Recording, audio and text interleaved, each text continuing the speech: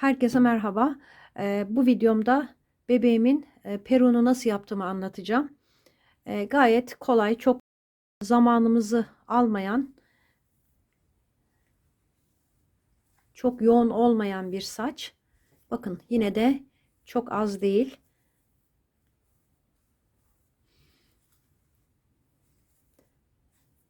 Şimdi yapılışına geçmeden önce sizden kanalıma abone olmanızı, yorum ve beğenilerinizle de destek olmanızı bekliyorum arkadaşlar. Yüz renklendirme videomu da köşede kartlara ekliyorum arkadaşlar. Onu da paylaştım. Bebeğimin bütün videolarını oynatma listesi halinde kanalımın ana sayfasına girdiğiniz zaman oradan ulaşabilirsiniz. Barbie bebek oynatma listesini seçtiğinizde bütün videoları arka arkaya hepsi görünecektir. Peruk yapımına geçiyorum. İpim Alize Cotton Gold arkadaşlar. Alize Cotton Gold 187 numara. Bakın aynı numara fakat renk ton farkını görebiliyor musunuz bilmiyorum. Bu daha açık. Demek ki lot farkından dolayı oluyor arkadaşlar. Yani çok az bir ton farkı var. Bu bebeğiminkini bununla yapacağım. Aynı renk kullandım. Renk numaralar aynı fakat tonları birazcık farklı oldu. Şimdi başlayacağım. 2,5 milim tığla yapacağım saçlarını. Şimdi sihirli halka yapıyorum. Sihirli halka içine 6 tane sık iğne yaparak başlıyoruz. 3 4 5 6 sıkıştırıyorum. İşaret yerleştiriyorum. İşaret ipimi buraya koydum. 6 tane sık iğne yaptım. İlk sık iğnenin içine bakın buraya batıyorum. İlmek kaydırma ile birleştiriyorum. Bunu takmasak da olur arkadaşlar. Zaten ilmek kaydırma ile birleştireceğiz. Ee, Şimdilik dursun. Size yerini tam göstermek için. Şimdi 2 tane zincir çekiyorum. Aynı boşluğun arka tarafına batıyorum arkadaşlar. Bu sıradan sonra arka loblarına batarak tekli trabzan yapacağım. Bakın arka lobuna normal batış yeri burası. Oraya batmıyorum. Arkadaki kanadına batıp tekli trabzan yapıyorum. Üzerine doluyorum. Bir tane daha yapıyorum. 2 tane tekli trabzan. Üzerine doladım. Yanındaki sık iğnenin arka kanadına batarak yine 2 tane aynı boşluğa tekli trabzan yaptım. Bu şekilde her birine çift yapıyorum. Yalnız arka kanatlarına batıyorum.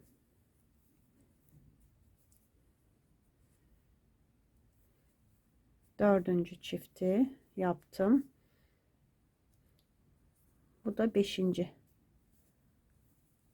5 tane çift yaptım. Şimdi bunu çıkarıyorum arkadaşlar. Buna gerek yok. Şuradaki ilk yaptığım tekli trabzanın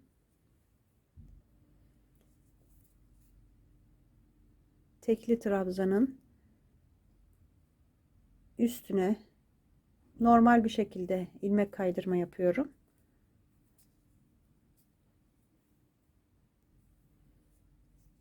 Sihirli halka ipini sıkıştıralım. İlmek kaydırma ile birleştirdim. 2 tane zincir çekiyorum.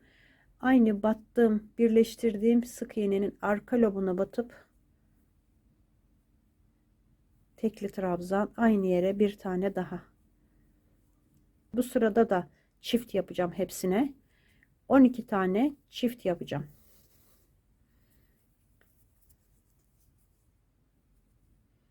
Arka loblarına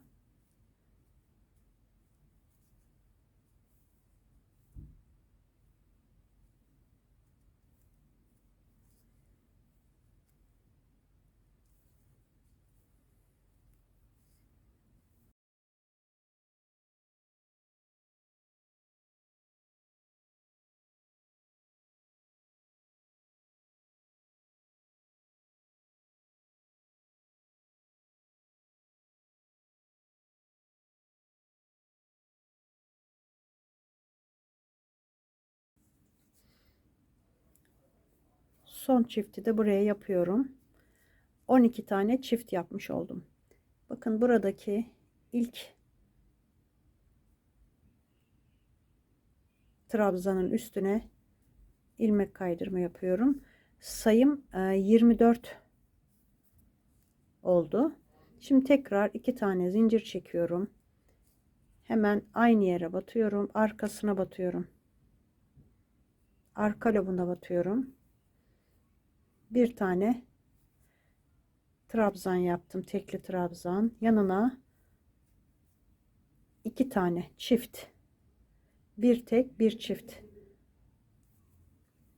Bir tek, bir çift.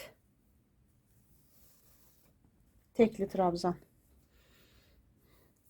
12 tane bir tek, bir çift yapacağım.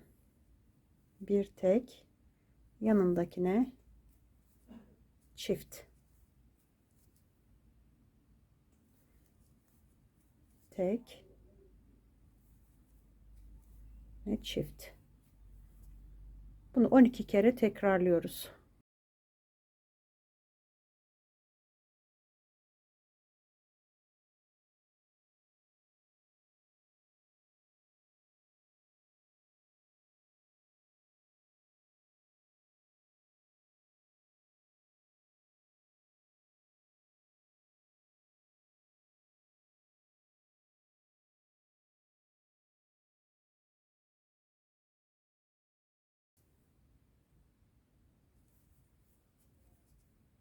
Son çifti de buraya yapıyorum. Bir tek, bir çift.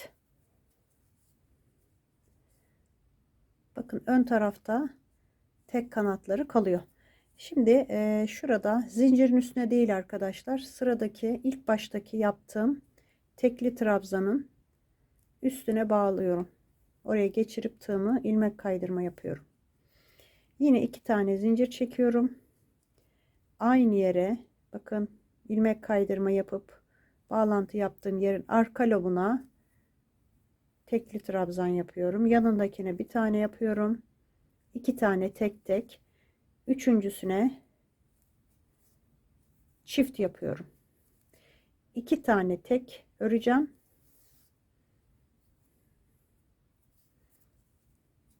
Bir, iki, yanındakine çift yapıyorum. Bu şekilde yine 12 tane şurada 2 tek, bir çift, 2 tek, bir çift.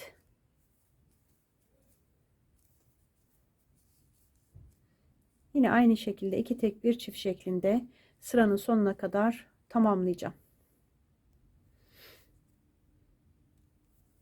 Son boşluğun içine çift yapıyorum. Yine şuraya zincirin üstüne bağlamıyorum arkadaşlar. Trabzanın üstüne bağlıyorum. Burada sayım 48 tane oldu arkadaşlar. Sayım 48'e çıktı. 6, 12, 24, 36 ve 48. Burada zincir çekeceğim. 60 tane zincir çekeceğim arkadaşlar. Zinciri çok gevşek de çekmeyin. Normal bir şekilde çekin. Buklelerimizi şuralara, önce buraya, daha sonra buralara yapacağız. Göstereceğim hepsini.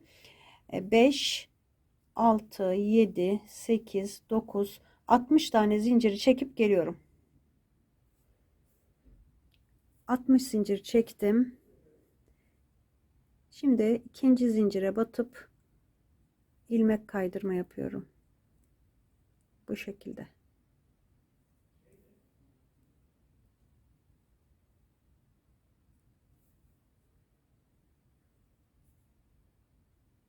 Zincirin sonuna kadar yapacağım. Bakın şöyle hızlı yapıyorum.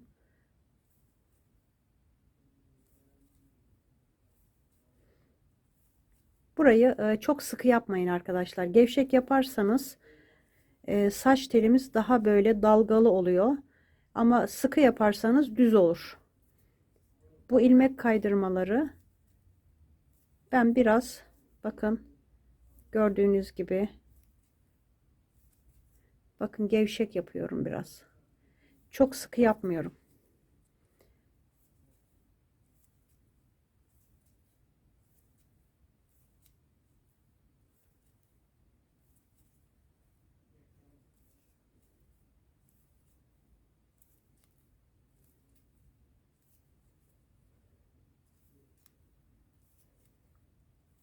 Bu şekilde zincirin sonuna doğru kadar, bakın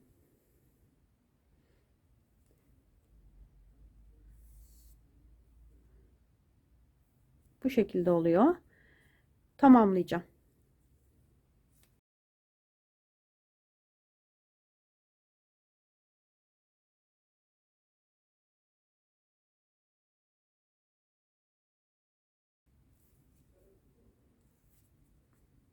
...59 tane, bakın 59 tane ilmek kaydırma yapmış oldum. Şimdi buraya birleştirmiştik. Yandaki halkaya geçip ilmek kaydırma yapıyorum. Ve yine 60 tane zincir çekeceğim. Aynı bu şekilde arkadaşlar. İlmek kaydırmalarımı yapacağım. Bakın böyle. Saç tellerim.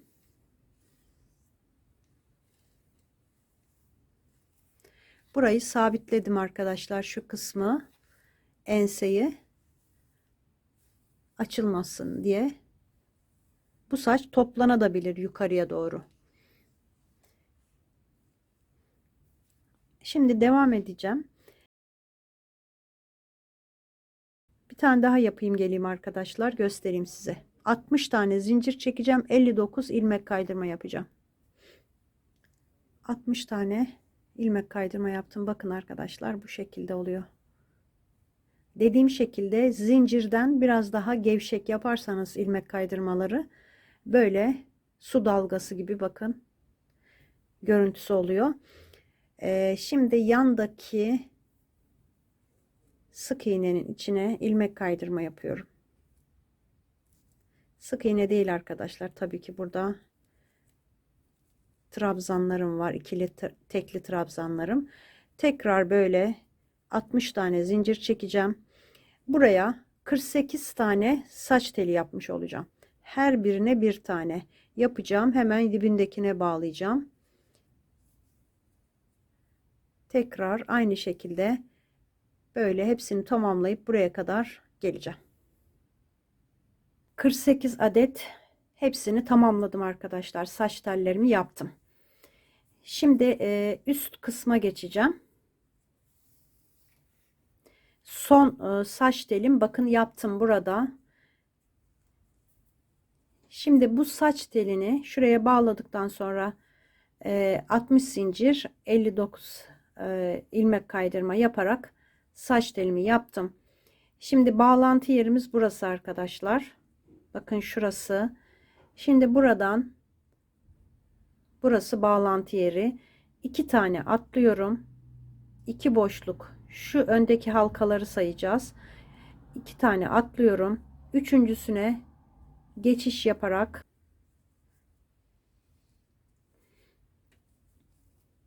ilmek kaydırma yaptım. Şimdi yine 60 tane zincir çekeceğim ve saç telimi yapıp geleceğim arkadaşlar. Sonra diğer üst kısmı nasıl yaptığımı, nasıl devam edeceğimi göstereceğim. Saç telimi yaptım arkadaşlar. Şimdi buraya bağlamıştım. Bu sıraya bağlamıştım. Şimdi bir üst sıraya geçiyorum. Bakın, bir üst sıraya başlangıç yerinden bir iki tane sayıyorum. Üst sıranın üçüncüsüne batıyorum arkadaşlar. Burada da üçüncüsüne batmıştım. Burada da ilk başlangıçta üçüncü halkaya ilmek kaydırma yapıyorum. 1 2 3, yine zincir çekeceğim.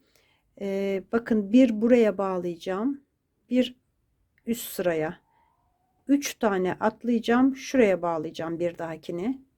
Şimdi bunu yaptıktan sonra Yine göstereceğim arkadaşlar. Bir tane daha yapıp göstereyim. Yine saç telimi yapıp geldim bakın arkadaşlar. Şimdi yukarı bağlamıştık. Yani üst sıraya bağlamıştık. Şimdi alt sıraya bağlayacağım. 1, 2, 3 tane atlayıp dördüncü halkaya alt sıranın bağlantı yaptım. Şimdi buradan yine saç telimi yapacağım. Bu kez 2 tane atlayacağım. Bakın bunu atlayıp buna bağlayacağım. Saç telini öreceğim, geleceğim. Şuraya bağlayacağım arkadaşlar. Sonra yakından göstereyim. Saç telimi yapıp geldikten sonra öreceğim. Bakın burada iki tane atlayacağım. Şurada da var bir tane tek halkamız. Şuna bağlantı yaptık. İki tane atlayıp üçüncüsüne bunu bağlayacağım. Sonra burada yine saç telimi öreceğim. Aşağıdan bu kez 3 tane atlayıp buna bağlayacağım. Bakın. Böyle zikzak çizerek. Sonra saç telimi yapacağım. Bakın burada şuna bağlamıştık. İki tane atlayıp buna bağlayacağım. Daha sonra 3 tane atlayıp buna bağladıktan sonra saç telimizi yapıyoruz. Burada üste geçiyorum. Bakın 2 tane atlıyorum. Buna bağlıyorum. Bu şekilde böyle bu sırayı tamamladıktan sonra bakın şurada bitecek. Burada bağladıktan sonra üst sıraya geçeceğim. Bu bölümü de tamamladım arkadaşlar. Buradaki son buklemi yaptıktan sonra bakın bağlama işlemini şuraya yukarıya, bağlantı yeri burası, burayı atlayıp şöyle çapraz bir şekilde buraya bağlıyorum. Şimdi bu bölümde aşağı kısımda 2 tane atlayacağız. Yukarıda birer tane atlayacağız. Şimdi tekrar bir tane daha buraya saç teli yapacağım. Yapıp geliyorum. Yaptım arkadaşlar. Şöyle yaklaştıralım.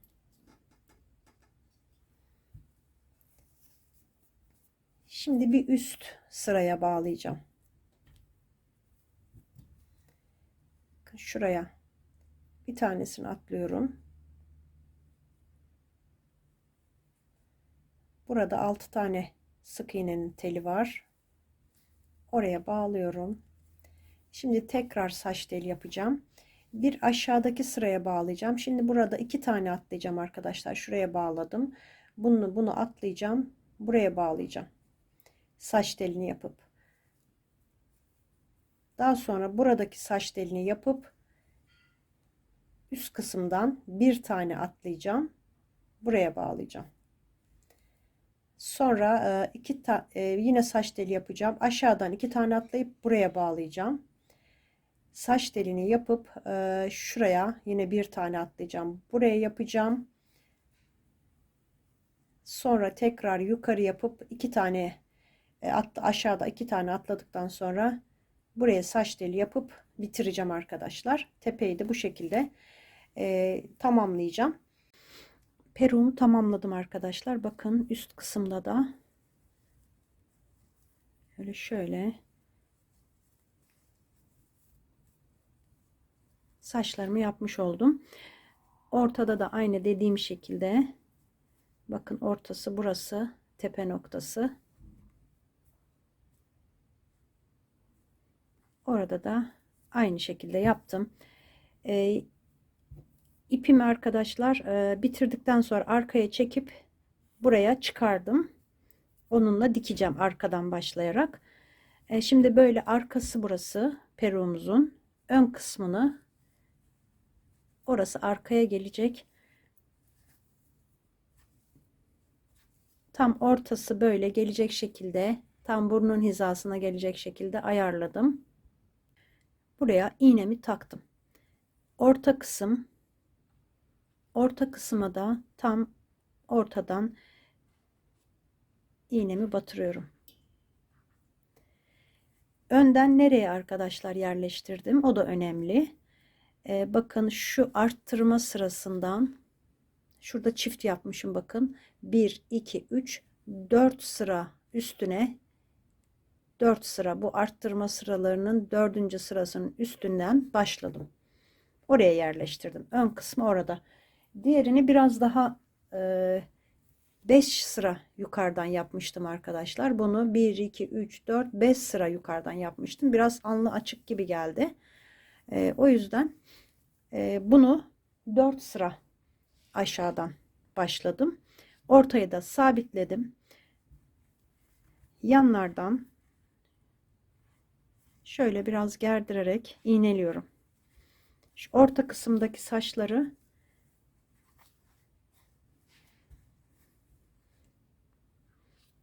topladığımız zaman daha rahat iğneleriz, hem de dikim aşamamız da kolay olur. Bakın şöyle onları bir ayırayım.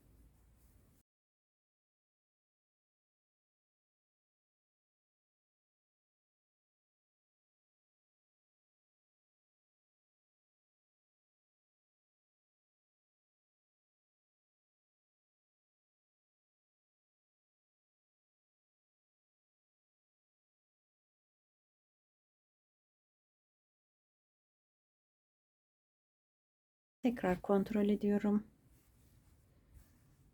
Öncelikle peruk tabanını şöyle çevireceğim. Bakın arka ipim burada.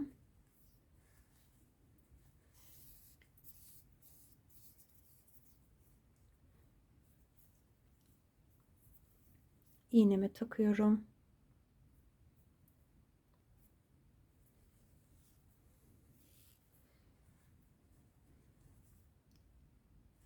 Şimdi buradan başlayacağım. Kafaya tabii ki geçirerek iğneyi her seferinde böyle dikeceğim. Arkaya geçiyorum. Şu deliklerden dikersem biraz üstten olur. Orası tekli trabzanların bitim noktası arkadaşlar. Esas birleştirme yeri, yani son şeyi burası. Son çizgisi şuralar. Buralar. Buralara batarak dikeceğim. Şuradan dikersem biraz üstü olur ve böyle biraz kalkar arkadaşlar. O yüzden bakın oraya geçeyim, hemen şu kısmı atlıyorum.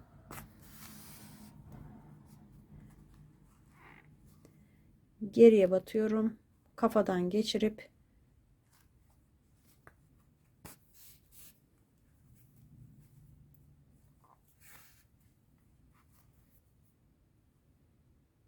iki ileri, iki sık iğne, iki trabzan ileri geçiriyorum iğnemi. Sonra geriye batıyorum. Tekrar ileri.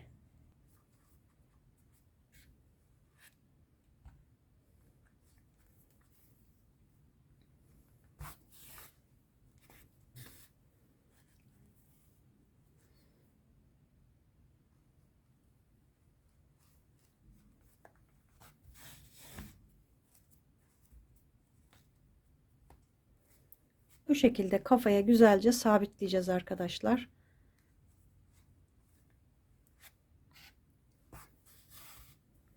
Bakın böyle son sıranın dibinden böyle tamamlayıp buraya kadar geleceğim. Peruğumu diktim arkadaşlar. Tamamladım buradan. Bakın bu parçalar. Yukarıda kalan saçlar. Şimdi aşağıda kalan saçları şu şekilde buraya bazılarını iğneledim ben arkadaşlar. Şuraya yapıştıracağım ya da dikebilirsiniz. Şimdi üstteki saç tellerini böyle ayırıyorum. Önden 7 tane bu taraftan 3, 4, 5, 6, 7. 7 tane ayırıyorum. Diğer taraftan da tam ortadan olacak şekilde 5, 6, 7 tane de böyle ayırıyorum. arkaya. Sıradaki, bakın arkadaşlar şöyle göstereyim. Ben böyle ara ara iğneledim. Böyle uçucu bir kalemim var, kırmızı. Böyle onunla şuradan tam bakın kirpiğin hizasından dikeceğiz ya da yapıştıracağız arkadaşlar. Ben silikonla yapıştıracağım. Böyle düz bir hat çizdim bakın. Bu şekilde düz bir hat çizdim buraya kadar, diğer yana kadar. Şimdi ön taraftan ayırmıştık. 14 tane saç telini ayırdık tam ortadan. Şimdi önce burayı, bakın buradan sıradaki saç telini gergin bir şekilde iğneliyorum. Şu altta kalan ilk sırada yaptığımız saç tellerini iğneleyebilirsiniz. İğnelemek kolayınıza gidiyorsa böyle sıra sıra ara ara iğneleyin arkadaşlar, düz bir şekilde ki hepsi bir tarafa yığılmasın, eşit olsun. Bakın ben böyle, bazılarını çok sıksa mesela şey yapabilirsiniz arkadaşlar, bunu yukarı da alabilirsiniz ama ben yerleştirdim şöyle. Bakın hepsi yerleşiyor sırayla. Böyle ara ara iğneleyin.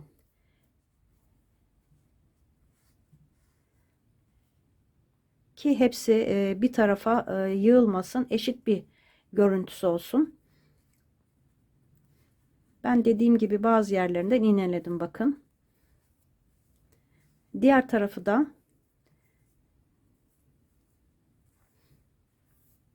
ilk saç telini buraya, kirpiğin or hizasından başladım arkadaşlar. Buraya sabitledim. Aralarda önce böyle düzeltip aralarda iğneledim. Bakın. İğneledim ki eşit dağılsın. Şimdi silikon tabancamı alacağım.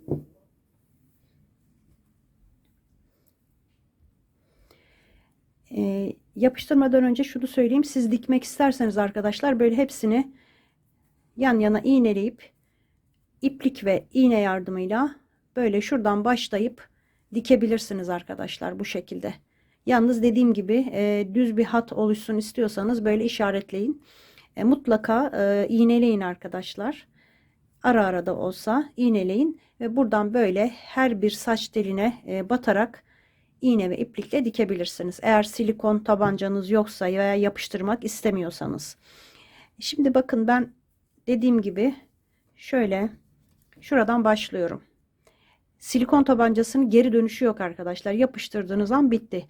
Yani çıkaramıyorsunuz. O yüzden dikkatli bir şekilde yapıyorum. Bakın şöyle önce birkaç tane yapıştırmak için sıktım. Hemen dibine gergin bir şekilde.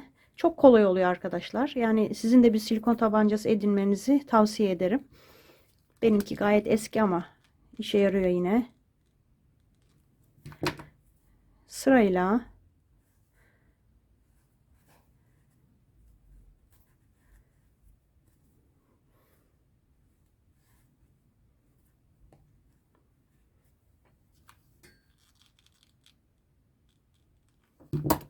yapıştıracağım hepsini.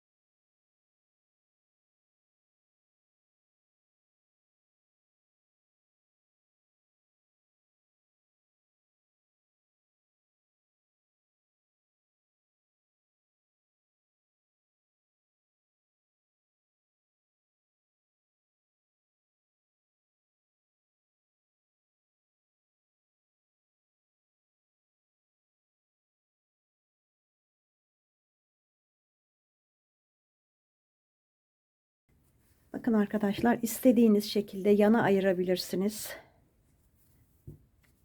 Böyle. Şimdi saçlarımızın üstünü dağıtalım. Bir yere toplamıştık. İsterseniz yandan, isterseniz ortadan ayırabilirsiniz.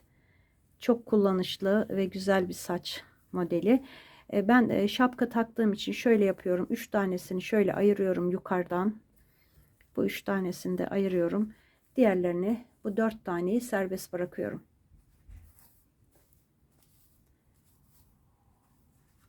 Bakın arka kısmı böyle.